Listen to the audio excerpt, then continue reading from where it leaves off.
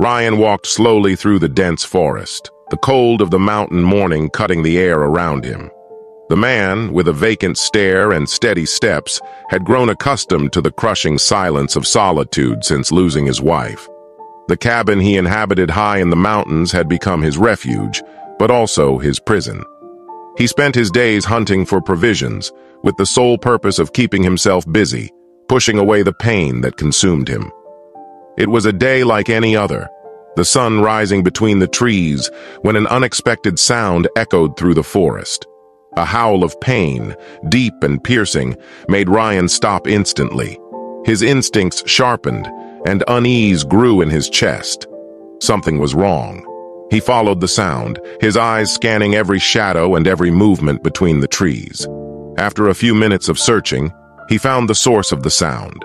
An enormous she-wolf, with dark fur and bright eyes, was trapped in a rusty trap. Her paws were covered in blood, the desperation evident in every labored breath. Ryan approached cautiously, the beast's eyes fixed on him, full of pain and fury. Upon closer inspection, Ryan noticed something that made his heart tighten. The she-wolf was nursing. Pups, he thought. She had pups somewhere, and they must be nearby, hungry and vulnerable. A sense of urgency filled his mind, the same helplessness he felt when he lost his wife. He couldn't leave her like this. Not this time. Slowly, Ryan knelt, trying to calm the she-wolf with gentle gestures, but she reacted with a fierce growl, baring her sharp teeth. The animal's fear and despair were palpable. He knew it wouldn't be easy to help her. With one last look at the wolf, he quickly stood up and ran back to his cabin, where he kept tranquilizers and a first aid kit. When he returned to the clearing, the atmosphere was even more tense. The she-wolf was weaker, but still struggled to free herself, blood staining the ground around her. Ryan carefully managed to sedate her, and using a heavy blanket, immobilized the animal to prevent further injury. The trap, however, was jammed. He tried to release it, but the mechanism was rusted and caked with dirt, making any simple release impossible. Growing desperate, Ryan picked up a rock and began pounding on the trap, the sound of metal echoing through the forest as sweat dripped down his forehead, despite the cold that was beginning to intensify. He hammered until his arms ached, until finally, the trap gave way. The wolf was free. Ryan took a deep breath, but there was no time to lose. The animal's body sagged with exhaustion, and snow was beginning to fall, heavy and dense, as if the weather were conspiring against him. Without hesitation, he lifted the she-wolf, carrying her with all the care he could muster, fighting against the weight and the biting cold. Every step to the cabin felt like a battle.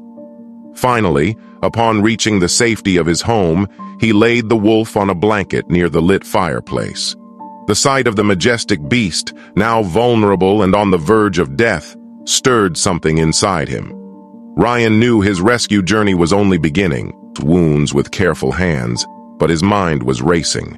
He knew that even if he could stabilize her, her pups wouldn't survive without her. The warmth of the fire made the room feel cozy, but the reality outside was relentless. A snowstorm was starting, and time was running out.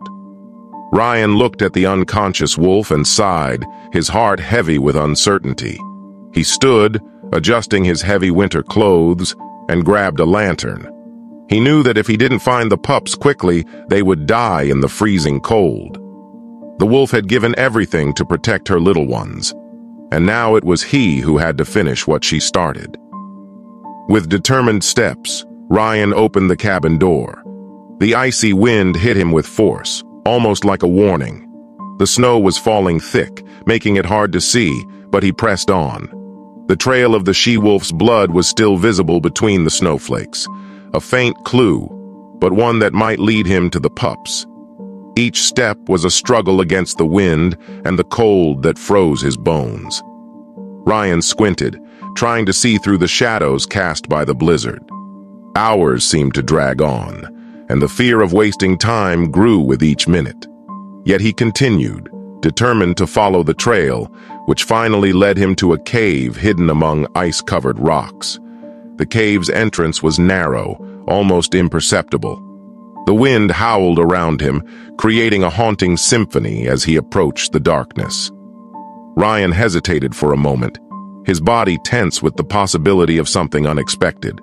The environment, the forest around him, and the distant sound of the storm made the setting feel like a nightmare. "I hope they're in there," he whispered to himself, trying to push away the growing fear. Ryan took a deep breath and, gathering his courage, tried to imitate the she-wolf's howl. The sound came out low and hesitant at first, but he repeated it until it became convincing. At first, everything remained silent, the suspense building, adrenaline coursing through his veins. Then, a faint whimper echoed through the cave, so subtle he almost missed it. Ryan's eyes widened, his heart racing. He shone the lantern at the entrance, and slowly, a small pup appeared, stumbling out of the darkness. It was trembling, its thin fur barely able to keep out the cold. Its tiny eyes looked pleading, begging for help. "You're safe," Ryan murmured, a lump in his throat, but he knew it wasn't enough. Soon, 3 more pups emerged from the cave, equally weak but alive. Ryan sighed in relief, but something in his instinct told him there was more. Something was wrong. He looked deeper into the cave, where the darkest shadows seemed to hide something. And he knew. The weakest pup was still in there, waiting.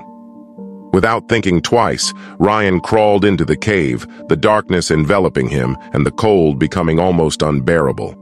Every movement was a struggle against the ice that penetrated his clothes, and the fear of finding something more threatening mixed with the urgency to save the last pup. The cave was small, cramped, forcing him to crawl almost like one of the wolves he was searching for. At the back of the cave, he finally found it. The pup was curled up, barely alive, its tiny body breathing faintly. Ryan felt his heart tighten. With all the gentleness he could muster, he picked up the small animal in his trembling hands. It was as cold as the ice around it. He knew that if he didn't bring it back immediately, there would be no saving it. In a rush, he ran back through the cave, clutching the pup against his chest, feeling the cold seep into his skin and numb his fingers. The snowstorm seemed to be gaining strength, and time was running against him. His steps grew slower, the fatigue weighing on his muscles, but he continued, knowing that giving up wasn't an option.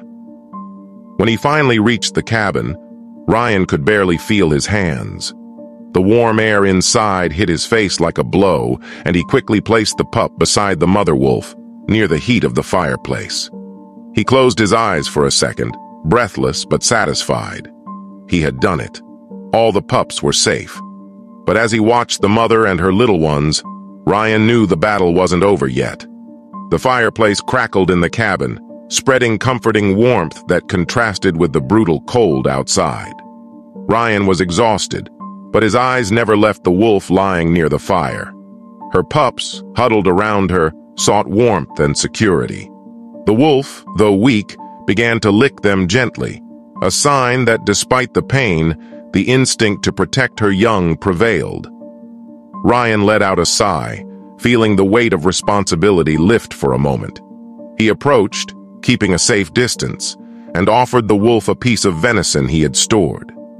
She still couldn't get up, but her gaze was more focused, more alert.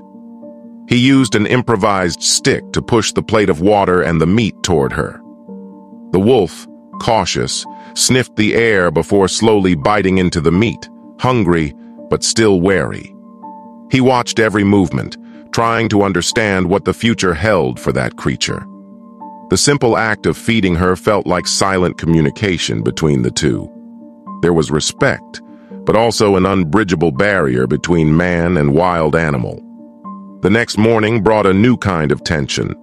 Ryan woke up with a strange shiver running down his spine. Something wasn't right. He got up quickly and, looking out the window, his heart raced. The cabin's yard was full of wolves, large with dark fur and piercing eyes. The wolf's pack was there, and their fixed gazes left no doubt. They were investigating, ready to act. The snow-covered and silent environment grew heavy. Ryan held his breath for a moment, trying to calculate his options. He knew that any false move could cost him his life. The pack leader, a wolf even larger than the others, slowly advanced toward him. His eyes were fixed on Ryan, as if measuring every inch of the man who had invaded his territory. The tension was palpable, and the sound of the wind seemed to have disappeared, leaving only the imminent threat. Ryan didn't know what to do. His mind wrestled between fleeing to the safety of the cabin and facing the inevitable attack. But before any decision could be made, the silence was broken. The wolf he had saved, still weak, lifted her head and, with visible effort, let out a single howl. The sound echoed through the frozen forest, and the pack of wolves reacted immediately. The leader stopped mid-advance, his eyes softening for a moment. It was as if the howl had sent a clear message. Ryan was not a threat. The wolves, one by one, began to retreat slowly, the leader giving one last look, a mix of curiosity and respect. Ryan, still incredulous, watched as the pack disappeared among the trees. The relief he felt was overwhelming, but the fear still gripped him. He knew that a full attack could have happened there, and that without the wolf's intervention, he probably wouldn't be alive anymore. Without wasting time, Ryan rushed back inside the cabin, locking the door behind him with trembling hands. The sound of the lock echoed through the small room, and he slid to the floor, feeling his heart pounding uncontrollably. "That was close," he murmured, almost breathless. He looked at the wolf and her pups. There was a connection there, an invisible debt that, for some reason, had been paid with a simple howl. He knew that the danger hadn't completely disappeared, but at that moment, the most important thing was that he and the wolves had found a silent truce. Ryan stood up and observed the scene before him. A warm cabin, a recovering wolf, pups sleeping peacefully. The setting was one of apparent tranquility, but he knew this was only a pause in a much larger game. Still, in that brief moment of peace, he couldn't help but think that somehow, maybe he too was beginning to heal. Part 4. Ryan's War and Traumatic Past. The silence that filled the cabin, now filled with an unusual calm, couldn't muffle the internal turmoil Ryan carried with him. Sitting near the fireplace, he watched the flames dance, but his mind was miles away, lost in the memories that always came back to haunt him when night fell. Before isolating himself in the mountains, Ryan had been a soldier. The war had marked every fiber of his being. He had fought bravely, survived situations that ordinary men could never imagine, but at some point, he began to lose faith. Not just in the war, but in himself, in humanity, in everything. The memory of that fateful day when everything changed invaded him with the same intensity every night. The deafening sound of the explosion still echoed in his ears. The smell of gunpowder and blood remained ingrained in his nostrils. The enemy attack was relentless, catching his unit by surprise. He was thrown into the air like a rag doll before getting trapped under the rubble. Lying in that destroyed trench, on the brink of death, Ryan recalled the only thought that crossed his mind: the forest. The place where he and his wife Emily had lived before the war, surrounded by the peace of nature. He clung to that image as if it were the last anchor keeping him conscious. He was rescued by comrades, but the explosion left deep scars. Physically, he recovered, but the emotional pain was immeasurable.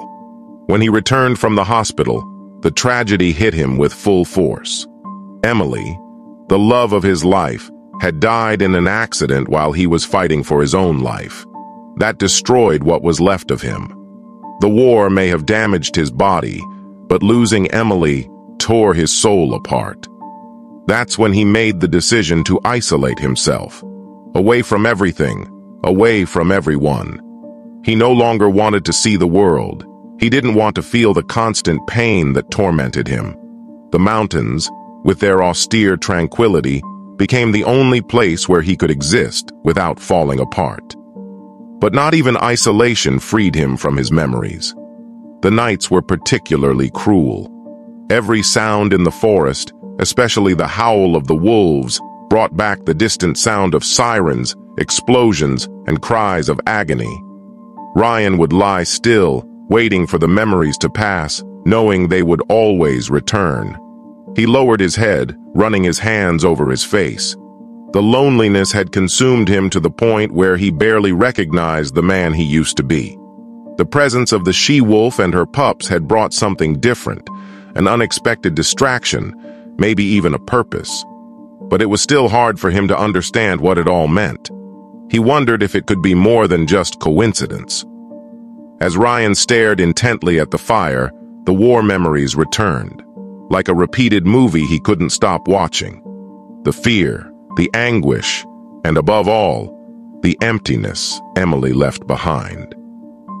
"Emily," he whispered, as if he could summon her, even knowing it was impossible. Her absence oppressed him in a way the war never could. He got up abruptly, unable to deal with the turmoil inside him. The wolf, resting with her pups, lifted her head, her eyes glowing in the dim light of the fireplace, watching Ryan with an almost human attentiveness. For a moment, he felt as if those eyes were studying him, understanding the depth of his pain.